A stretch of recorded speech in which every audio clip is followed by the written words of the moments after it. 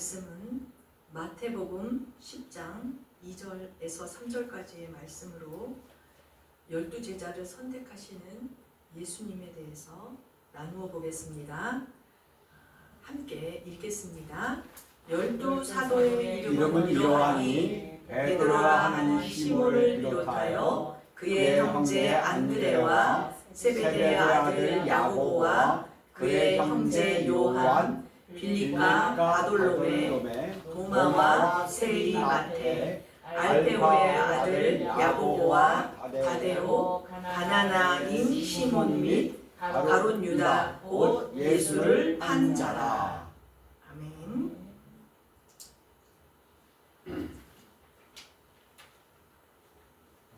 예수님이 12명의 제자를 선택하셨거든요.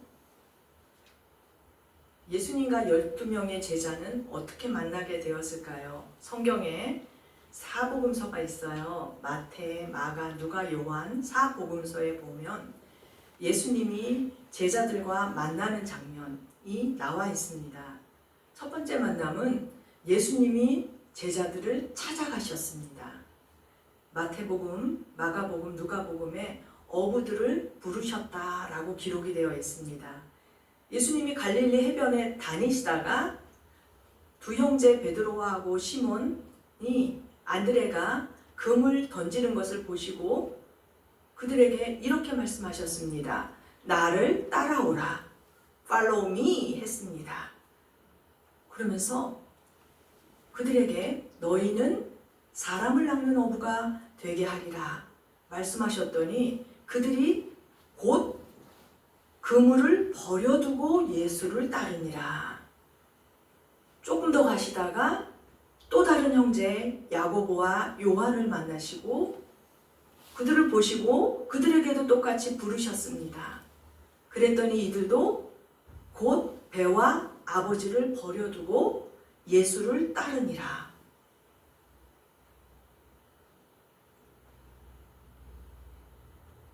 또한 누가복음에 시몬이 만났을 때 예수님께서 이렇게 말씀하셨거든요.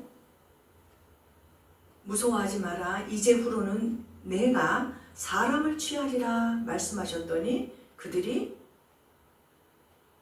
배를 육지에 대고 모든 것을 버려두고 예수를 따르니라. 또 한 사람 마태는 예수님이 마태가 있는 그곳을 지나가시다가 세관에 앉아서 일하고 있는 마태를 보시고 Follow me 그랬더니 마태가 벌떡 일어나서 예수를 따라갔다라고 기록이 되어 있습니다. 그런데요, 이제는 예수님을 찾아온 사람도 있습니다. 요한복음에는요, 여기에 요한은 세례 요한이거든요. 세례 요한의 제자 중에 두 사람이 선생님, 스승님 옆에 서 있다가 그 세례 요한이 예수님이 지나가시는 것을 보면서 이렇게 말했어요. 보라, 하나님의 어린 양이다 하는 스승의 그 말을 듣고 이 두 제자가 그 예수님을 따라가서 예수님과 반나절을 미팅을 하고 난 이후에 그 중에 하나 야고보는 자기의 형 시몬을 예수님께 데리고 갔다라고 기록이 되어 있습니다. 또 한 사람, 예수님이 지나가다가 빌립을 만났습니다. 빌립에게도 똑같이 얘기했습니다. 나를 따르라. 그랬더니 빌립이 자기만 따라온 것이 아니라 자기의 가장 친한 친구 나다나엘을 찾아가서 이렇게 얘기합니다. 내가 오늘 요셉의 아들 나사렛 예수를 만났어. 너도 같이 가서 보자 하고 그 친구를 강권하여 예수님께 데리고 갔습니다. 예수님에게 많은 제자들이 생겨난 여러 가지 이유 중에 이 두 가지 방법일 것입니다.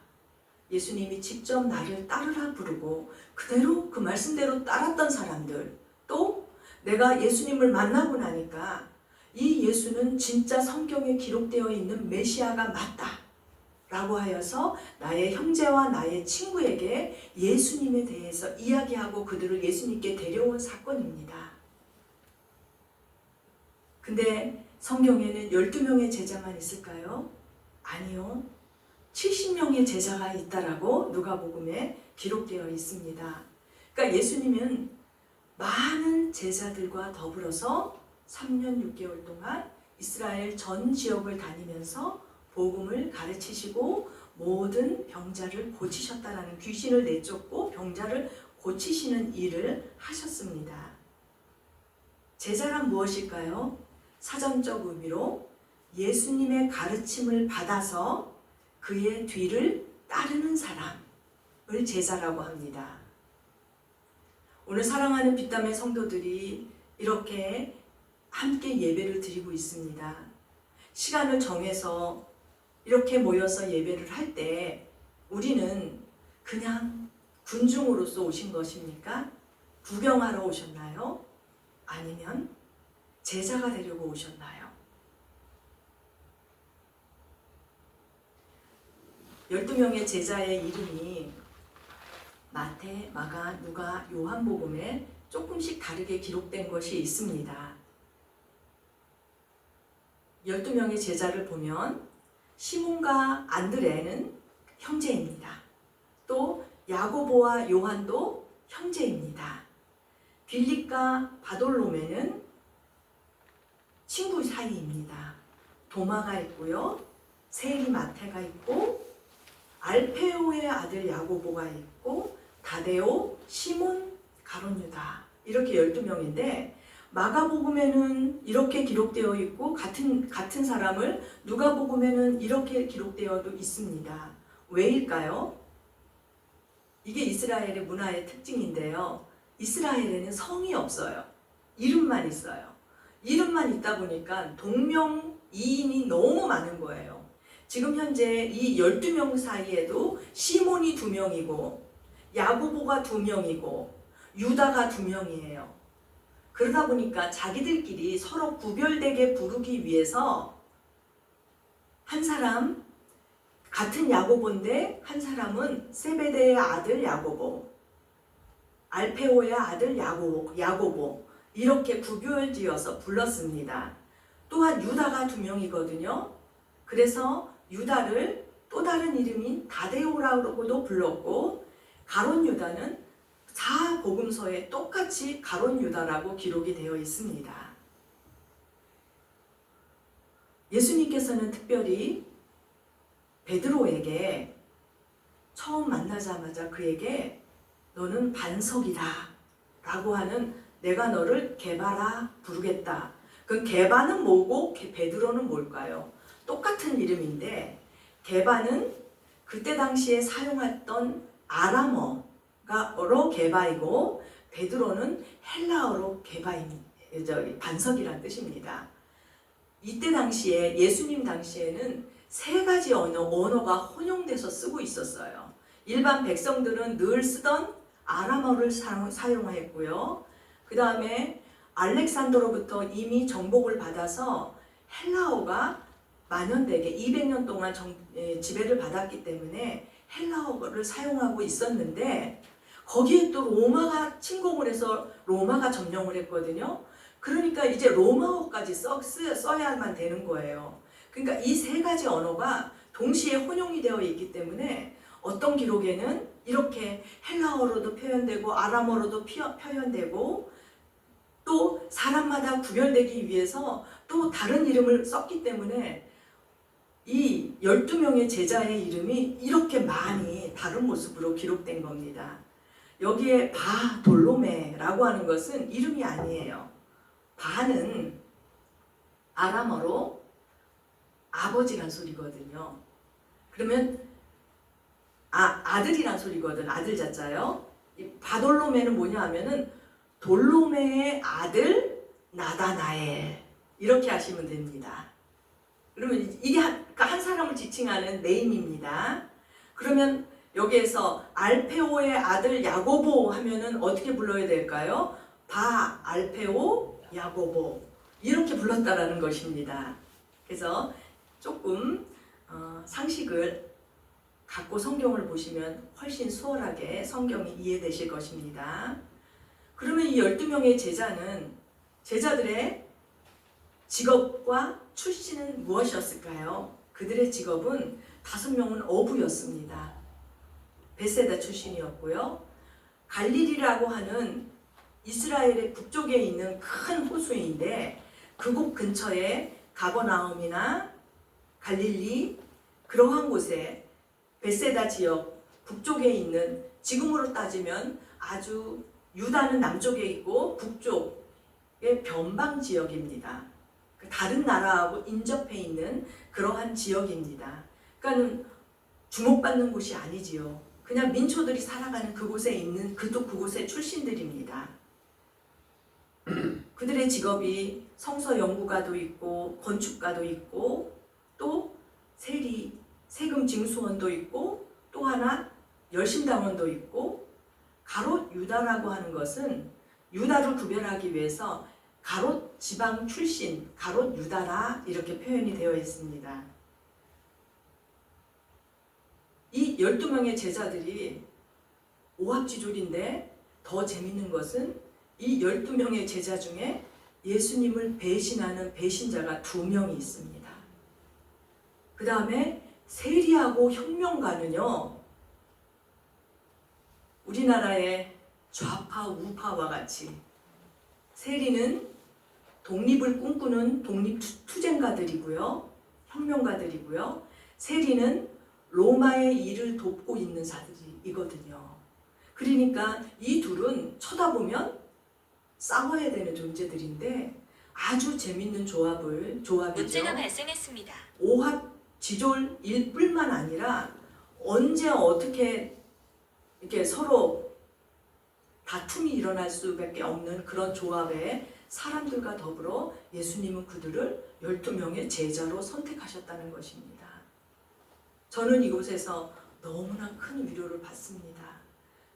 예수님의 제자들이 잘나고 스마트하고 똑똑하고 모든 것이 완벽한 자들이 아니었다는 것입니다.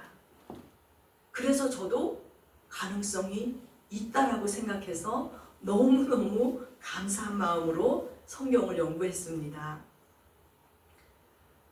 제자들은 어떻게 선택되었을까요? 부르셨습니다. 근데 누가복음에 보니까 밤이 새도록 하나님께서 기도하시고 또 자기가 원하는 자들을 부르시니 예수님이 제자들을 선택할 때 하나님과 더불어 교제하시고 하나님의 의견과 예수님의 의견을 모아서 12명의 사람들을 선택하시고 그들을 불러내셨다라는 것입니다. 왜 선택하셨을까요? 다 아시는데, 오합지졸인지 다 아시는데 그들을 왜 선택하셨을까요? 첫 번째, 자기와 함께 있게 하고 또 보내셔서 전도하고 귀신을 쫓는 권능을 주셔서 그 일을 행하게 하시려고 제자들을 선택하셨다라고 기록되어 있습니다. 더러운 귀신을 쫓아내고 모든 병과 모든 악한 것을 고치는 권능을 그 제자들에게 주어서 누구의 일을 하게 하려고요? 하나님의 일을 하게 하려고 오합지졸을 불러 모아서 그들을 훈련시키셔서 제자로 만드셨다라는 것입니다. 이 12제자들에게는 과연 예수님이 무슨 명령을 하셨을까요? 12제자를 부르시고 둘씩 보내면서 더러운 귀신을 제어하는 권능을 주시고 명령하셨습니다. 너희들은 어느 곳에 가든지 그곳에서 떠나기까지 이 일을 해야 된다. 어떤 일이요? 회개하라. 전파하고 많은 귀신을 내어 쫓고 많은 병자에게 기름을 발라 그들의 병을 고치도록 하여라 라고 명령하셨습니다.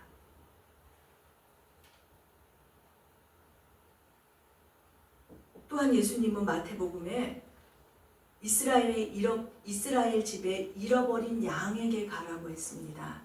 잃어버린 양을 다시 되찾아오라고 명령하신 것입니다. 잃어버린 양은 무엇일까요? 하나님을 떠난 자들입니다. 하나님을 모른다라고 하나님을 무시하고 살아가는 그 사람들에게 가서 하나님을 알려주라고, 그래서 다시 하나님이 너의 아버지니까 다시 돌아오라고 그렇게 하라고 보낸다라고 말씀하셨습니다. 오늘도 여기에 전파하면서 천국이 가까이 왔다, 너희 다시 하나님께로 돌아오너라, 너희들은 하나님의 백성이고 하나님이 너희를 기다리고 있다 라고 전파하시고 고치고 살리고 깨끗하게 하시고 쫓아내는 이 모든 권능을 너희에게 내가 거저 주었으니 너희도 거저 그들에게 행하라 라고 말씀하셨다는 것입니다. 그러면서 또 하나 아주 중요한, 그 집에 들어가면 평안을 빌어주어라. 네가 빌어주는 그 평안이 그 집 사람이 받기에 합당하면 그 평안이 그 집에 머물 것이고, 그 집의 사람이 너를 거부하고 너를 쫓아나게 된다면 너가 빌었던 그 평안이 너에게 다시 돌아올 거야. 예수님께서는 12제자를 모으시고 이렇게 내보내셨습니다. 12명의 제자뿐만 아니라 70명의 제자도 동일하게 이와 같이 보내셨다는 것입니다. 우리는 이걸 가지고 파송이라고 이렇게 명명하고 있습니다. 그런 예수님께서 평안을 빌어주어라 라고 하는 이 평안은 어디에서 근원됐을까요? 바로 아브라함에게 주신 축복의 권위를 제자들에게 주었다라는 것입니다. 하나님이 아브라함을 처음 끌어내실 때 너는 고향과 친척과 아버지의 집을 떠나서 내가 보여줄 땅으로 가라. 그랬을 때 내가 너에게 큰 민족을 이루는 복을 줄 것이야 라고 말씀하셨습니다. 그러면서 3절에 다 함께 읽겠습니다. 너를 축복하는 자에게는 내가 복을 내리고 너를 저주하는 자에게는 내가 저주하리니 땅의 모든 족속이 너로 말미암아 복을 얻을 것이라 하신지라. 얼마나 무서운 말씀인지 모릅니다. 하나님이 아브라함에게 이 엄청난 축복의 권위를 주셨는데요. 지금 예수님이 제자들을 내보내면서 너를 받아들이고 너의 축복을 받아들이는 자에게는 내가 그에게 똑같이 축복을 줄 거야. 하지만 너를 거절하는 자에게는 나도 그들을 거절할 거야 라고 하는 엄청난 축복의 권위를 제자들에게 주어서 내보내 주었다라는 것입니다. 70명의 제자들도 파송받아서 그들이 돌아왔습니다. 그러면서 아주 기뻐서 17절에 이렇게 외칩니다. 70인이 기뻐하며 돌아와서 주여, 주의 이름이면 귀신들도 우리에게 항복합니다. 예수님께서 이렇게 말씀하십니다. 내가 다 보았다. 내가 너희에게 뱀과 전갈을 밟으며 원수의 모든 능력을 제어할 권능을 주었으니 이제는 너희를 해칠 자가 결코 없을 것이다 라고 선포해 주셨습니다. 그러면서 20절의 말씀 다 같이 읽겠습니다. 그러나 귀신들이 너희에게 항복하는 것으로 기뻐하지 말고 너희 이름이 하늘에 기록된 것으로 기뻐하라 하시니라. 오늘 이와 같은 일이 제자들에게만 있을까요? 오늘 이와 같은 일을 2000년이 지난 현재의 우리들에게도 이와 같이 하신다라는 것입니다.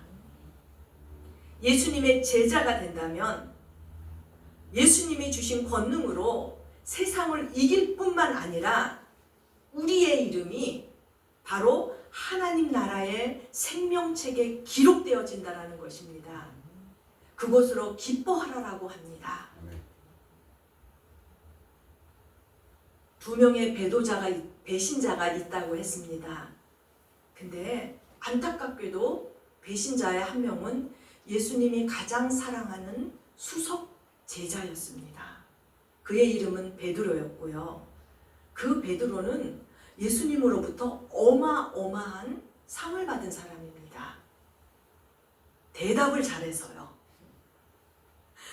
제일 처음에 예수님을 만나자마자 베드로는 예수님께 이렇게 고백합니다. 주여, 나를 떠나소서. 나는 죄인입니다. 예수님을 만나서 내가 죄인인 것을 깨달은 사람입니다.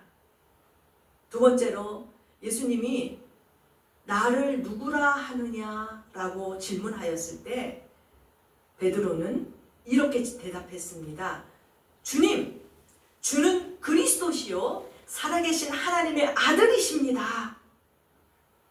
퍼펙트한 대답을 했습니다. 예수님이 그에게 이러한 상을 주셨습니다. 베드로, 너 위에, 반석 위에 내 교회를 세울 것이다. 내가 천국의 열쇠를 너에게 줄 것이야. 네가 땅에서 묶으면 하늘에서도 묶일 것이고 네가 땅에서 풀면 하늘에서도 풀리는 그 열쇠를 너에게 줄 것입니다. 라고 예수님은 베드로에게 아주 파격적인 선물을 주셨습니다. 또 한 번 베드로는 멋진 대답을 합니다. 예수님을 따르는 많은 제자들이 있었다고 그랬죠. 기본적으로 70명이 있었고 또 12명이 있었습니다. 이 인원만 해도 82명이죠.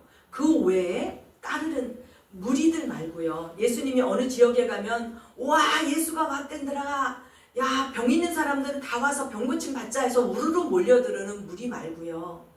예수님을 정기적으로 같이 움직여주는 그들을 제자라고 불렀는데 그 많은 제자 중에 예수님께서 선포하셨습니다. 나는 나의 살을 먹고 나의 피를 마시지 아니하는 자는 나와 상관이 없다. 라는 말씀을 선포하셨을 때 그들이 이 예수님의 말씀을 이해하지 못했습니다.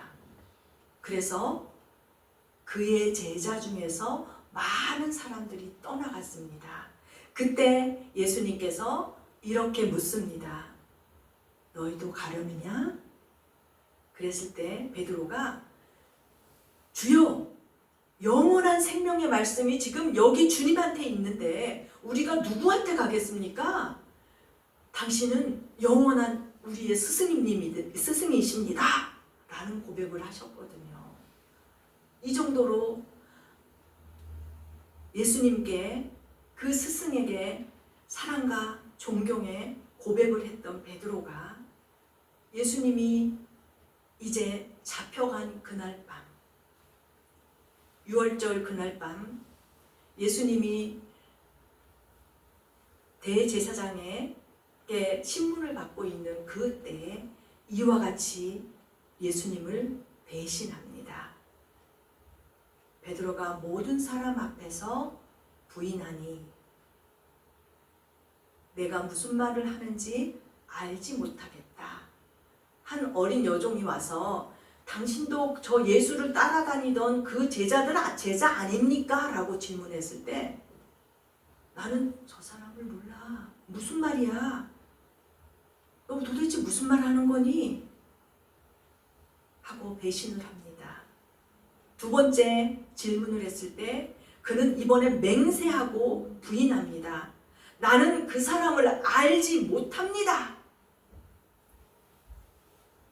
사람들이 옆에서 아니 당신이 그 따라다니던 사람 맞아 라고 할 때 베드로는 세 번째 예수님을 저주하면서 맹세하면서 나는 그 사람을 알지 못합니다 라고 이야기하고 그 자리를 떠났습니다. 예수님의 가장 사랑하는 수석 제자가 단순간에 이렇게 예수님을 배신하게 되었습니다. 또 다른 배신자, 배반의 장미 가룟 유다입니다. 기독교를 성경을 모르는 사람도 가룟 유다 하면은 배반의 아이콘이라고 사람들은 알고 있습니다. 과연 그는 어떻게 했을까요? 무엇 때문에 이렇게 되었을까요? 근데 이와 같은 유다를 향해서 예수님은 어떻게 행동하셨는지 성경을 살펴보겠습니다. 예수님께서 이제 이틀이 지나면 나는 십자가에 못 박히기 위해서 팔릴 것이다 라고 제자들에게 선포합니다. 그 말씀을 듣고 가룟 유다는 대제사장을 찾아갑니다. 그러면서 내가 나의 스승 예수를 넘겨주겠다. 나에게 얼마를 주겠니? 라고 딜을 합니다.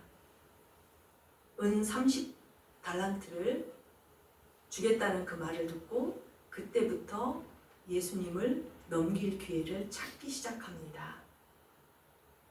예수님은 그와 같은 가룟 유다에게 4번에 걸쳐서 사인을 주십니다. 기회를 주십니다. 유다에게 너희 중에 한 사람이 나를 팔리라. 그것은 바로 12명의 마지막 만찬, 12명의 제자들이 예수님과 더불어 마지막 만찬을 먹는 그 자리에서 예수님께서 이제 돌리지 아니하시고 직접적으로 말씀하신 것입니다. 또 직접적으로 말씀하십니다. 나와 함께 그릇에 손을 넣는 그가 나를 팔 것이야. 그 말을 함과 동시에 우연인지 필연인지 가룟 유다와 예수님의 손이 맞닿았습니다. 예수님께서는 3번째 안타까워서 이 말씀을 하십니다. 나는 어차피 성경에 기록된 대로 그 십자가의 길을 가지만 나를 파는 그 사람에게는 화가 있을 것이다. 그 사람은 차라리 태어나지 아니하였더라면 그 사람에게 좋을 뻔했다 하는 안타까운 마음으로 이야기합니다. 가룟 유다에게 들으라고 지금도 아직 너에게 기회가 있다라고 말씀하시는 것입니다. 예수님이 하신 바로 그 말씀, 기록된 대로 나는 갈 거야. 하지만 나를 파는 그 역할을 유다 네가 하지 않아도 나는 어차피 성경에 기록된 대로 그 십자가의 길을 갈 거야. 그 일을 네가 하지 않았으면 좋겠다. 네가 여기에서 돌이켰으면 좋겠다. 탄식하시면서 이와 같이 말씀하십니다. 차라리 네가 태어나지 않았으면 네가 이와 같은 화도 받지 않았을 텐데 유다야 돌이켜라. 제발 지금이라도 너의 마음을 돌이켜라. 그것이 하나님께서 너에게 주신 역할이 아니야. 라고 간청하고 있습니다. 그런데도 예수를 파는 유다가 이렇게 대답합니다. 라비여, 나는 아니지요? 예수님께서 직선적으로 말씀하십니다. 내가 말하였도다. 네가 스스로 말하였도다. 그런데도 불구하고 유다는 이 일에서 돌이키지 아니하고 자기의 일을 자기의 결정한 대로 하고 있습니다. 그래서 우리가 그 유명한 배반의 입맞춤을 유다가 합니다. 끝내 라비어 안녕하십니까 하고 예수님께 입을 맞추고 군사들이 그 예수님을 끌고 갑니다. 배반은 2명이 다 했습니다. 베드로도 예수님을 배반했고요. 유다도 배반을 했습니다. 그런데 배반 이후의 이들의 행동으로 인해서 이들은 성경에 다르게 기록됩니다. 유다는 그 이후에 스스로 뉘우쳤습니다. 예수님이 끌려가서 채찍을 맞고 재판을 받고 하는 그 광경을 보면서 스스로 가슴을 치고 내가 도대체 무슨 짓을 한 것일까 뉘우쳤습니다. 그리고는 대제사장에게 가서 내가 은 30 받은 거 이거 내가 도로 돌려줄 테니까 이 일을 돌려달라고 부탁합니다. 그랬더니 대제사장은 네가 무죄한 피를 팔았고 죄를 범하였어. 그것은 우리와 상관없는 일이야. 네가 당한 그 죄는 네가 받아라. 네가 당해라. 너의 죄값을 네가 스스로 당해라. 라고 거절합니다. 이때 유다는 은을 성소에 던져놓고 스스로 목을 메어서 자결하였다라고 기록이 되어 있습니다. 이때에도 유다에게는 기회가 있었습니다. 기회가 있었습니다. 자결했습니다. 다시는 예수님을 다시 만나서 예수님께 제가 잘못했습니다 라고 회개할 수 있는 기회를 자기 스스로 포기했습니다. 이것이 바로 끝까지 가는, 우리는 절대로 어느 상황에서도 다시 나를 회복시켜 주시고 다시 나를 용서해 주시는 예수님을 믿고 유다와 같은 결정을 하지 않으시기를 간곡하게 부탁드립니다.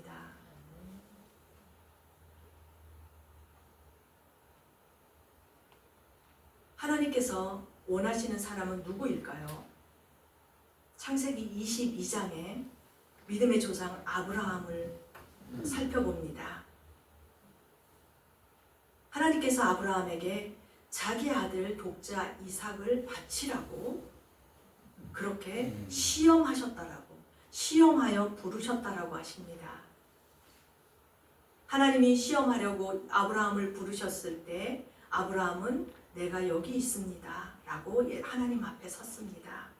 그리고 하나님께서 요구하시는 것을 행하였습니다. 그때 하나님께서는 강력하게 이렇게 말합니다. 내가 이제야 하나님을 경외하는 줄을 내가 알겠다. 현대인 성경에는 어떻게 표현되어 있냐 하면은 내가 너의 아들, 너의 외아들까지도 나에게 아끼지 아니하니 내가 하나님을 두려워하는 줄을 이제 알겠다 하면서 너는 나의 테스트에 통과했다. 그래서 나는 너에게 약속한 모든 복을 너에게 주겠다 라고 말씀하시는 장면이 있습니다. 여기에서 하나님을 두려워한다, 경외한다는 것은 너무너무 하나님을 존경하면서도 두려워하는 마음으로 하나님을 대하는 것입니다. 하나님을 어떤 사람을 기뻐하시냐 하면은 바로 하나님을 경외하는 사람을 기뻐하신다라는 것입니다. 두려워하지 않는다라는 것은 뭘까요? 그거는 무시한다는 것입니다. 아담이 하나님께서 먹지 말라라고 한 그 선악과 열매를 따 먹은 그 행위의 가장 근본적인 마음은 무엇이 있었던 것일까요? 하나님을 무시했다라는 것입니다. 왕의 말을 무시하고 그것을 거역했다라는 것입니다. 하나님의 말씀을 거역했다라는 것은 바로 하나님을 무시했다라는 것입니다. 하나님은 인간에게 무시당하는 것을 원치 않으십니다. 하나님은 인간으로부터 하나님이 나는 인간을 만드신 창조주고 인간은 조물주가 만드신 피조물인 것을 알기를 원하십니다. 그 피조물이 당신을 만든 나를 만드신 그 하나님을 경외하고 존경하고 하나님의 말씀을 무시하지 않고 따르기를 원하십니다. 그런데 예수님은 이 배신한 제자를 찾아와서 무엇라고 말씀하실까요? 믿음의 고백과 삶이 다른 실수를 했던 베드로에게 예수님은 이것만 물으셨습니다. 요한아, 네가 이 사람들보다도 나를 더 사랑하니? 3번 물으셨습니다. 요한의 아들 시몬아, 네가 나를 사랑하니? 내가 나를 사랑하고 있니? 나는 네가 나를 배신한 것을 알고 있어.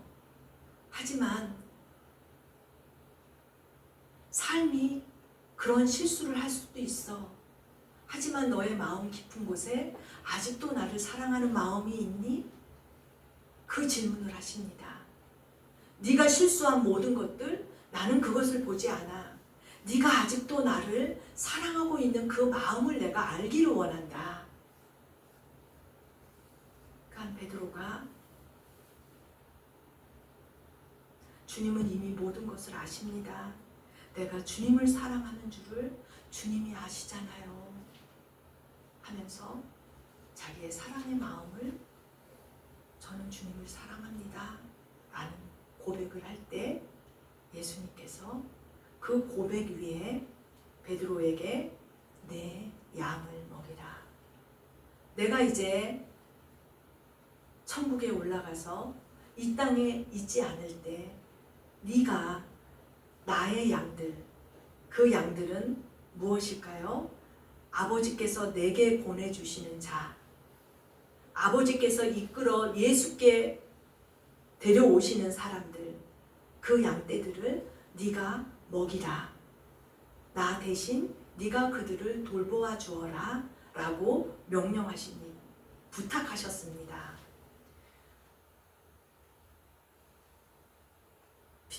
사랑하는 빗담의 성도님들은 이 말씀을 가슴에 새기시기를 원합니다. 아버지께서 내게 주시는 자는 다 예수님께 올 것입니다. 지금 여기에 왔습니다. 이 온 것이 그냥 내가 온 것 같습니까? 이미 아버지께서 나를 예수님께 데려오셨다라는 것입니다.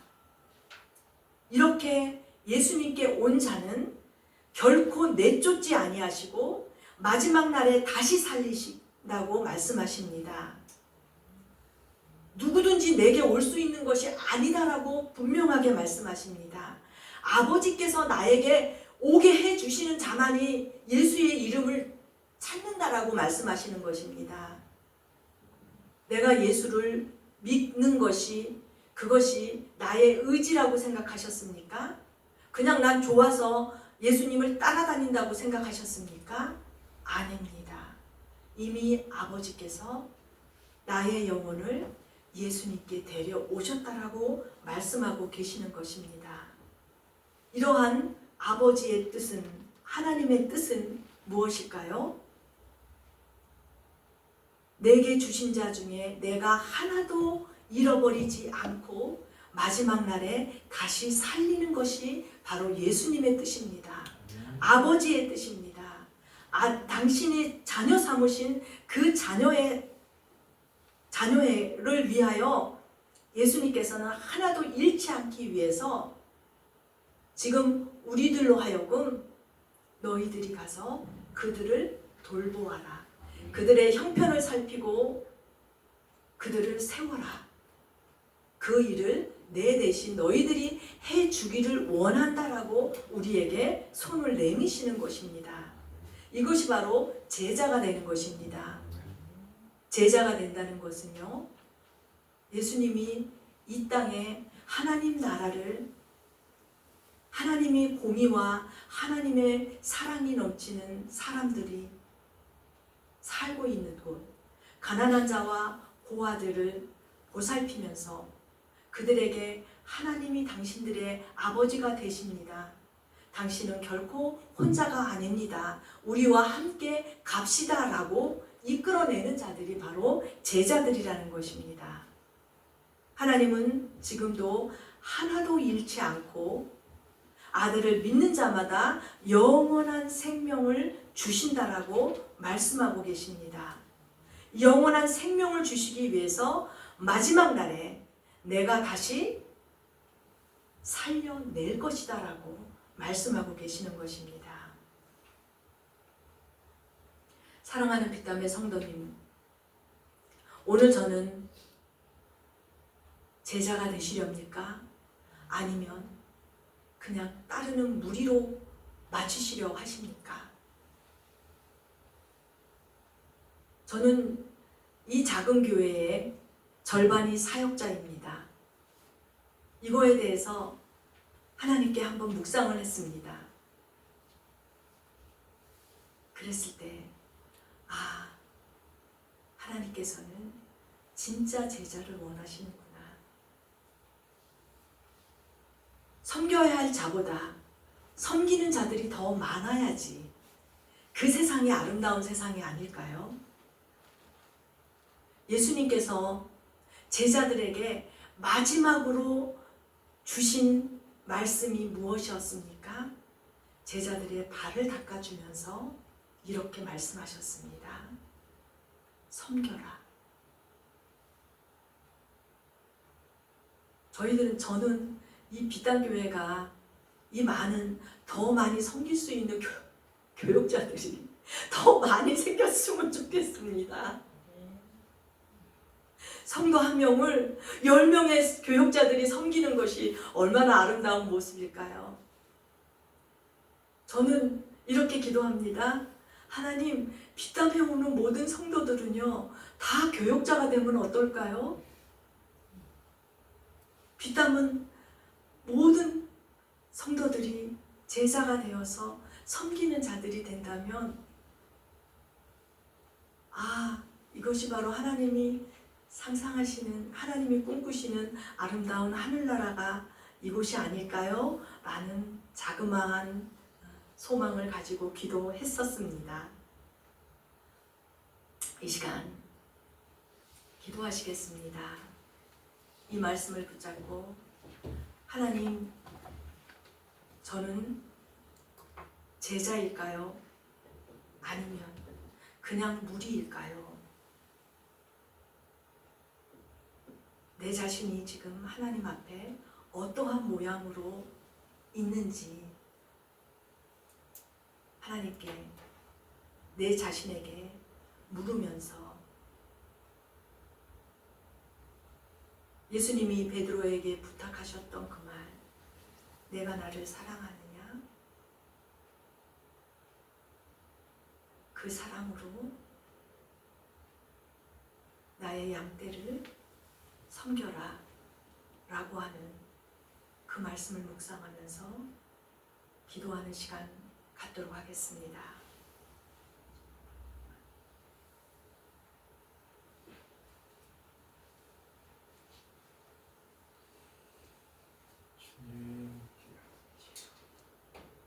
아버지, 제자를 부르시고 말씀하시고 또 주시는 주님 말씀을 다 기억하게 해주시고,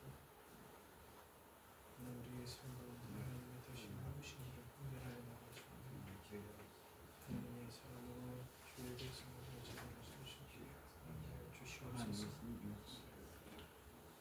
제자를 부르신 것은 나를 부르신 것이요 나를 부르신 것은 영생을 주시기 바랍니다. 그런 하나님의 뜻에 떠나지 아니하고 하나님 주신 그 은혜를 막지 아니하고 주님의 말씀한 것을 우리가 뒤로 막지 아니하고 하나님을 붙들고 살아갈 수 있도록 하여 주시옵소서. 우리 부족함과 우리의 가질 수 없음을 얼마나 잘 아시고 당신에 있는 그 큰 모함을 주시고 또한 당신의 손을 불려 우리에게 짊어지시며 주셨던 그 말씀들을 놓치지 않고 살아갈 수 있도록 하여 주시옵소서. 이 말씀처럼 각자의 모양대로 부르신 예수의 모습, 그 제자들의 모습들이 우리의 연약하고 다 가지지 못하고 다 칠 수 없는 우리의 인생의 모습을 보시며 오셔서 우리를 부르시고 우리에게 말씀하시고 우리에게 당신의 은혜들을 주시면서 기억하게 해주시어서 무엇을 하든 간에 그저 남처럼 구경하는 자로 끝나는 것이 아니라 하나님의 사람으로서 주님 살아갈 수 말씀을 있게 바로 알게 하여 하나님의 자녀로서의 근본을 가지고 살아갈 수 있도록 하나님께서 역사하여 주시옵소서. 빛을 나는 교회와 성교에 주시는 모든 무리들의 마음속에 평화로 나타나게 마음을 해주시옵소서. 갖게 하여 주시고 그 마음으로 인하여 주님을 기쁘게 하는 교회 되게 하여 주시고 주님을 섬기는 교회가 되게 해주시고 주님의 이름을 선포하는 교회가 되게 하여 주시옵소서. 연약하고 연약할지라도 주님이 붙들어 주실 때 그 건너가는 부분은 참으로 하나님의 자녀가 되고 하나님의 제자가 되는 교회가 또한 나 자신이 되게 하여 주시옵소서. 사랑의 하나님 감사합니다. 하나님, 오늘 말씀에 기록된 그 말씀들이 아버지 하나님 저희들의 모습을 볼 수 있게 하시고 기록된 이 말씀이 우리들의 양심에 아버지 하나님 먼지를 털어내고 간절한 하나님의 사랑의 그 음성에 귀 기울이고 따를 수 있는 순종하는 빛담의 성도들 되어지길 간절히 구하옵나이다. 예수님 이름으로 기도합니다. 아멘.